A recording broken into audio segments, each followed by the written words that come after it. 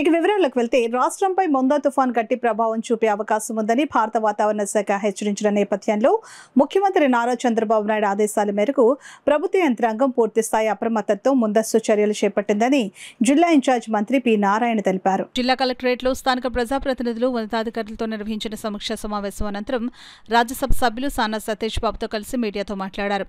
ఒక్క ప్రాణం కూడా తుఫాన్ కారణంగా నష్టపోకూడదనే లక్ష్యంతో విపత్తు నిర్వహణ చర్యలు సమగ్రంగా చేపట్టామని తెలిపారు. తుఫాన్ ప్రభావిత ప్రాంతాల్లో ఎన్డీఆర్ఎఫ్, ఎస్డీఆర్ఎఫ్ బృందాలు సిద్ధంగా ఉన్నాయని అన్నారు. విద్యుత్ సిబ్బందిని ఇతర జిల్లాల నుండి రప్పించి అత్యవసర మరమ్మతుల కోసం నియమించామని తెలిపారు. పునరావాస కేంద్రాలు ఏర్పాటు చేసి త్రాగునీరు, ఆహారం, మందులు మరియు ఇతర నిత్యావసర వస్తువులను సమీకరించామని తెలిపారు. లోతట్టు ప్రాంతాలు శిథిలావస్థలో ఉన్న ఇళ్లను గుర్తించి ప్రజలను సురక్షిత ప్రదేశాలకు తరలించే ఏర్పాట్లు పూర్తయ్యాయని చెప్పారు. ప్రజలు తుఫాను తీవ్రతను తేలిగ్గా తీసుకోకుండా అప్రమత్తంగా ఉండాలని మంత్రి నారాయణ సూచించారు.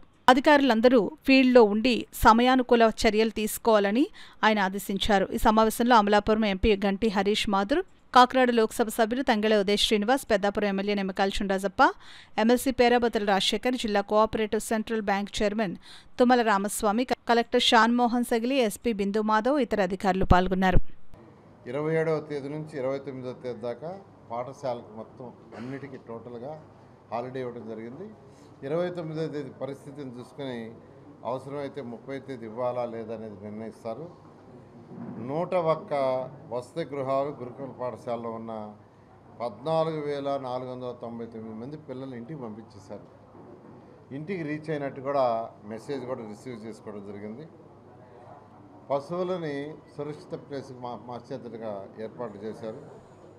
అన్నిటికంటే ఇంపార్టెంట్ మత్స్యకారులు ఎవరైతే వేటకు పోతారో వాళ్ళని ఎవరిని వేటకు పోవద్దని చెప్పడం, 616 పోర్టులని వెనక్కి పిలిపించి వాటన్నిటి కూడా క్రీక్స్లో ఏర్పాటు చేశారు. క్రీక్స్ అంటే సముద్రం ఎడ్జ్లో కాకుండా క్రీక్స్లో కొంత సేఫ్ ఉంటుందని దాన్ని కూడా ఏర్పాటు చేశారు.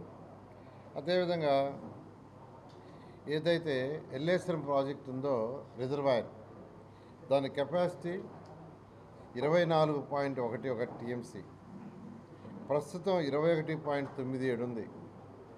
అంటే రెయిన్ ఎక్కువ వచ్చి వాటర్ ఫ్లో ఎక్కువ వస్తే తర్వాత ఇబ్బంది అనే దృష్టిలో పెట్టుకొని 21.5కి దాన్ని లిమిట్ చేసి మెయింటైన్ చేస్తాం. వచ్చే వర్షాన్ని బట్టి, క్వాంటిటీని బట్టి ఎలా చేయాలనేది చేస్తామని అధికారులు చెప్పడం జరిగింది. ఆ విధంగా ఏర్పాటు చేశారు. ప్రతి 2-3 గంటలకి ఎంత వర్షం పడుతుంది, జలాశయాలు ఎంత నీరుంది, ఎప్పటికప్పుడు ఇరిగేషన్ డిపార్ట్మెంట్ వాళ్ళు ఐడెంటిఫై చేసి కమ్యూనికేషన్ ఇస్తారు. దాన్ని బట్టి ఏ రిజర్వాయర్లో ఎంత స్టాక్ చేయాలనే దాని విధంగా యాక్చువల్గా ఇరిగేషన్ డిపార్ట్మెంట్ చాలా క్లీన్గా యాక్చువల్గా వర్క్ చేస్తుంది. జనరల్గా ఇటువంటి జరిగినప్పుడు గాలి ఎక్కువ వస్తే ఎలక్ట్రిసిటీ వైర్లు తెగిపోతాయి, ఎలక్ట్రిసిటీ స్తంభాలు తెగిపోతాయి, పడిపోతాయి. దానికి సేఫ్ సైడ్గా 1000 మందిని రాయలసీమ ప్రాంతం నుంచి ఈ ఎలక్ట్రిసిటీ వర్కర్స్ని యాక్చువల్గా ఇక్కడికి తీసుకురావడం జరిగింది.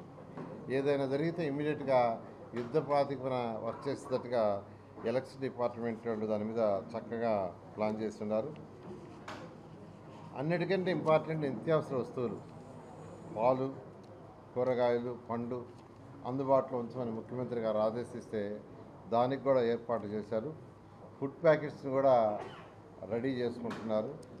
తాగునీటి కూడా ఇబ్బంది లేకుండా దానికి కావాల్సిన పాకెట్లు, బాటిల్స్ కూడా కలెక్టర్ గారు యాక్చువల్గా ఏర్పాటు చేస్తున్నారు. శాండ్ బ్యాగ్స్, అన్నిటికంటే ఇంపార్టెంట్ శాండ్ బ్యాగ్స్ని రెడీగా చేశారు. ఎక్కడైనా గండ్లు పడితే ఇమీడియట్గా సెర్చ్ చేయడానికి. అదేవిధంగా 269 రీహాబిలిటేషన్ సెంటర్స్ చాలా చక్కగా ఏర్పాటు చేశారు. అదేవిధంగా ఇప్పుడు వర్మ గారు, అదేవిధంగా రాజప్ప గారు, ఎంపీలు అనేక సజెషన్స్ ఇచ్చారు. వాటన్నిటి కూడా కలెక్టర్ గారు నోట్ చేసుకొని వాటిని ఇంప్లిమెంట్ చేయబోతున్నారు.